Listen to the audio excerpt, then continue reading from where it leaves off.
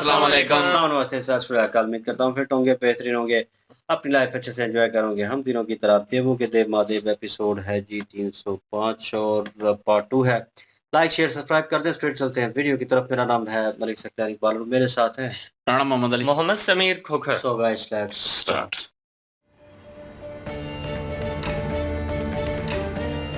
क्योंकि इसका दुष्प्रभाव हम दोनों भाइयों के संबंधों पर पड़ेगा। भैया सत्य ही तो कह रहे हैं। मैं यहाँ उपस्थित सभी देवगणों से सबसे छोटा हूँ,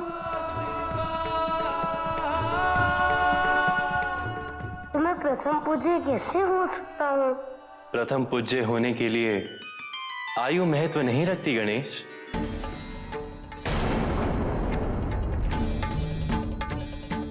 मुझे लगा सभी तुम्हें निर्विरोध स्वीकार कर लेंगे।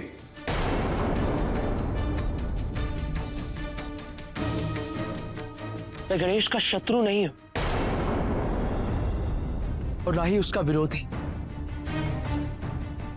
मैं तो केवल न्याय का इच्छुक हूं, जो वास्तव में सर्वश्रेष्ठ है। मैं उसे प्रथम पूज्य के रूप में देखना चाहता।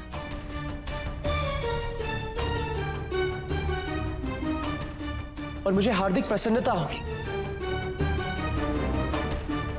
यदि वो मेरा अनुज गणेश ही हो।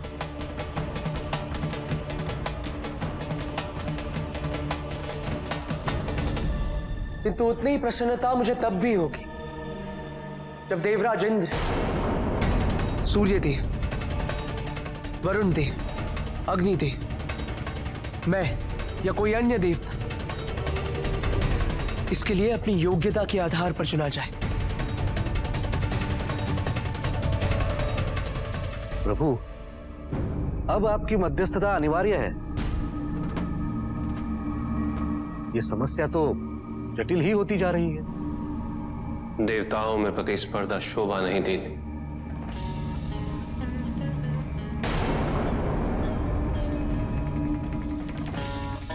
विशेषकर जब त्रिदेव किसी निर्णय पर सहमत हो। किंतु ये परिस्थिति ऐसी है कि प्रतिस्पर्धा ही इसका एकमात्र समाधान है।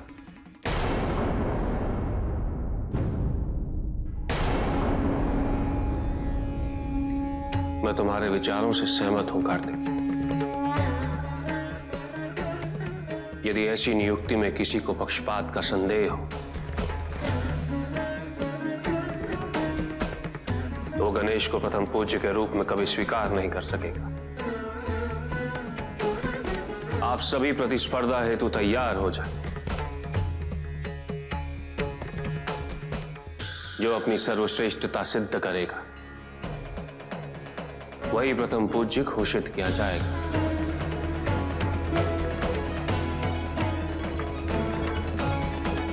परंतु प्रभु, सर्वश्रेष्ठता को सिद्ध करने के लिए देवगणों को क्या करना होगा? संसार की परिक्रमा करनी होगी।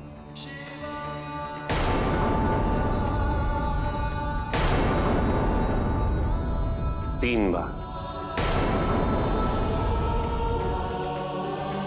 जो इस परिक्रमा को सबसे पहले पूर्ण करे वही प्रथम पूज्य कहलाएगा।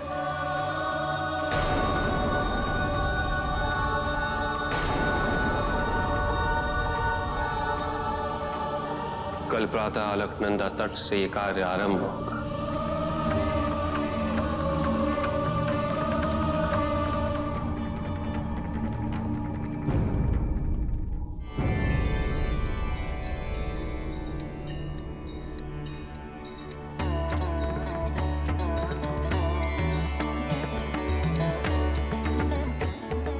हे गणेश, मैं आपसे पुनः क्षमा मांगना चाहता हूं।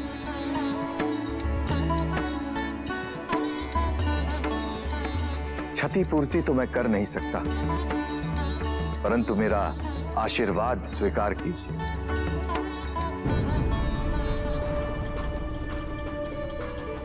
आपके इस टूटे हुए दंत से भविष्य में एक महान ग्रंथ की रचना की जाएगी।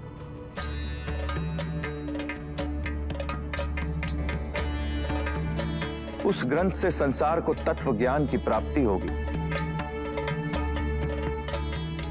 और वो संसार का अनंत काल तक मार्गदर्शन करता रहेगा।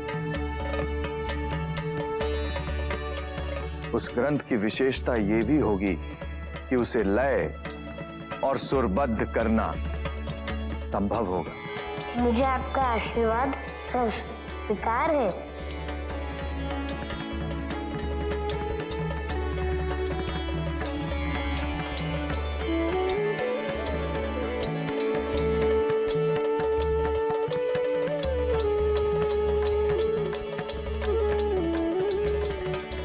क्षमा माते।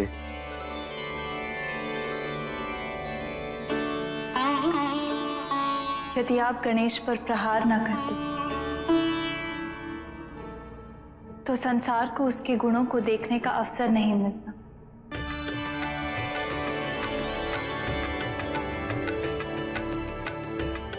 हम स्वामी के कथन से सहमत हैं। ऐसा करके आपने गणेश का उद्धार ही किया है।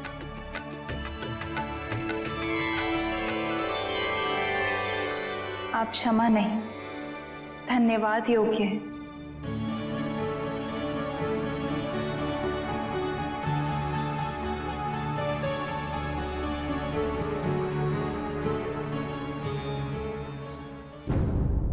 पिताजी, और जो भी मैंने किया उससे यदि आपको या मां को कोई कष्ट पहुंचा तो मैं आपसे क्षमा चाहता। और यदि आप कड़मात्र भी ये सोचते हो कि मैंने गणेश से द्वेष के चलते ये किया,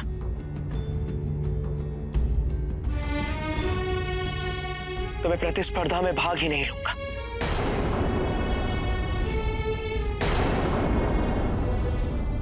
पिताजी,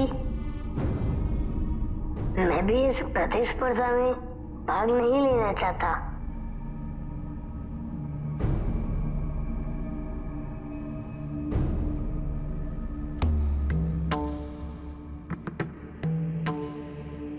कार्तिकेय, तुमने जो किया वो उचित, न्याय सम्मत किया।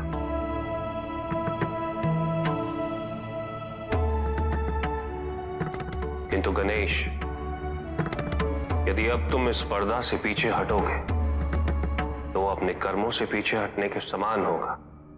किंतु अपने बड़े भैया के साथ प्रतिस्पर्धा की मेरी कोई इच्छा नहीं है पिताजी।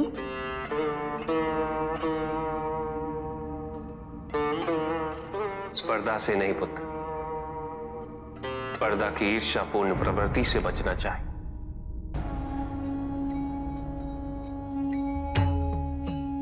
क्योंकि ईर्ष्यापूर्ण प्रवृत्ति व्यक्तिगत होती,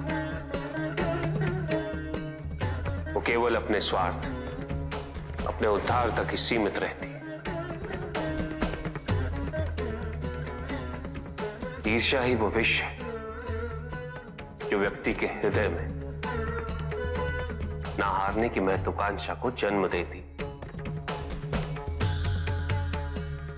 जीतने की इस व्यवस्था से ग्रसित मनुष्य धर्म अधर्म, न्याय अन्याय, उचित अनुचित का ज्ञान भूल जाता है।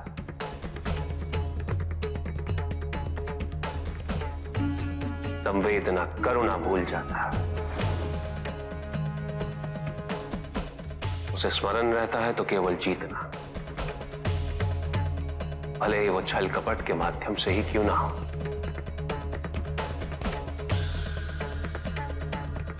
किंतु स्मरण रहे पुत्रों, अपने अवगुणों से प्राप्त हुई जीत क्षणिक होती, वो सच्ची नहीं होती। वास्तविक और चिरकालिक जीत तो केवल अपनी योग्यता और अपने गुणों से ही प्राप्त हो सकती है।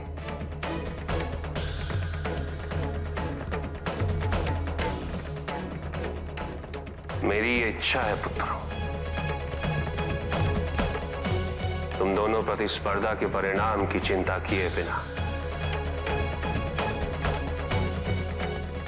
स्पर्धा की ईर्ष्यालु प्रवृत्ति को त्याग कर केवल स्पर्धा में भाग लो और अपनी अपनी योग्यता को सिद्ध करो।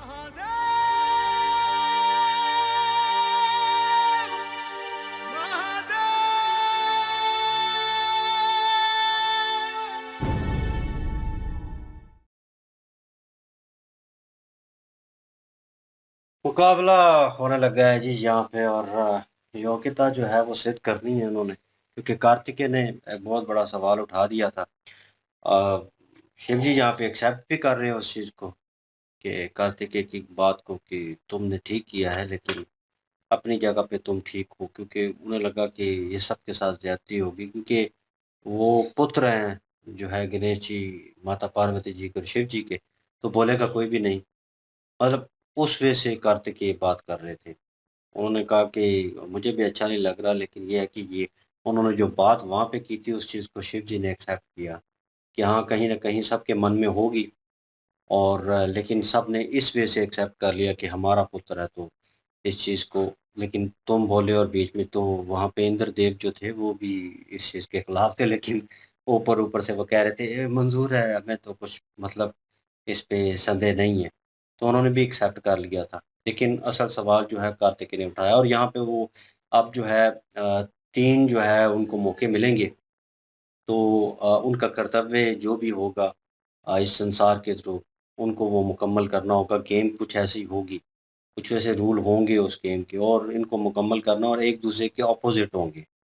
तो जहाँ तक तो दूसरों की बात रही, वो तो चलो एक-दूसरे के अपोज़िट लड़ लेंगे, लेकिन यहाँ पे गणेश और जो कार्तिकेय हैं वो अपोज़िट कैसे आएँगे? अब गणेश कह रहे हैं कि मैं जो है वो मुकाबला नहीं करना चाहता, मतलब इनके अगेंस्ट नहीं आना चाहता। तो शिव जी भी हार-जीत के ऊपर कह रहे हैं कि मनुष्य जब जीतता है तो वो जीत की सोचता है और मगरूरी में होता है, तो वो अपना नुकसान कर बैठता है और नुकसान करता है, सृष्टि का भी करेगा। तो वो मतलब जो मगरूरी में होगा, इस तरह छल-कपट करके मतलब जीतेगा, 2 नंबरी करके, तो वो किस तरह इस चीज़ का हकदार होगा? तो वो चाहिए जो जिसमें मन की शुद्धि हो, जिसका मन साफ हो, ठीक है? वो क्या ओहदा था पूज्य का? प्रथम पूजे प्रीतम पूज्य जो है। तो वो सबसे उस पहले पूजे जाना वाला। हाँ, तो मतलब वो जो है वो उसमें हर चीज़ जो है वो नीट एंड क्लीन होनी चाहिए, और मन की शुद्धि और कह लें कि रूह की, और वो चीज़ें जो हैं उसमें होनी चाहिए, और वो इंसाफ़ करने वाला हो। जैसे इन्होंने इनके साथ परशुराम जी के साथ बोला था कि 2-3 बार बोला, उन्होंने कहा मैं हमला कर दूँगा और मारूँगा और तुम पता नहीं क्या-क्या बोला उनको। लेकिन उन्होंने कहा कि मैं उनको गले लगाकर, जैसे वो बात कर प्रेम रहे के साथ प्रेम के साथ, तो मतलब ऐसी शख्सियत जो है, ऐसा शख्स जो है, वो उनको जो है वो चाहिए, और ये मुकाबला उसके लिए है। और कार्तिकेय जी अपनी जगह ठीक है कि सारे जो हैं वो इस लायक हैं, उनमें वो गुण मौजूद हैं। लेकिन गणेश जी कह रहे थे कि मेरी उम्र कम है और मैं जो है वो किस तरह, तो विष्णु जी कह रहे थे इसमें उम्र का कोई लेना-देना नहीं है। तो ये अपने कर्तव्य के ऊपर है, आपने क्या किया है, आप क्या कर सकते हैं। तो दूसरी बार उन्होंने सिद्ध किया कि मैं एक अच्छा कार्य कर सकता हूँ, जंग के बगैर भी रिज़ॉल्व हो सकता है। लेकिन उन्होंने कहा कोई और व्यक्ति होता तो वो हथियार उठाता, तो वो सिचुएशन कार्तिकेय जी की भी ऊपर आई। तो ये सारा सिनेरियो जो है, सारी बातों को ध्यान रखा जाए भाई, तो यहाँ पे मसला कॉम्प्लिकेटेड बाकियों के लिए नहीं है। इंद्रदेव तो बहुत खुश होगा इस चीज़ को लेकर, और सूर्या देव और बाकी जो हैं देव और ऋषि जो हैं, चलें वो अपनी जगह पे कहेंगे कि ठीक है चलो, शिव जी ने फैसला किया, कार्तिकेय बीच में आए।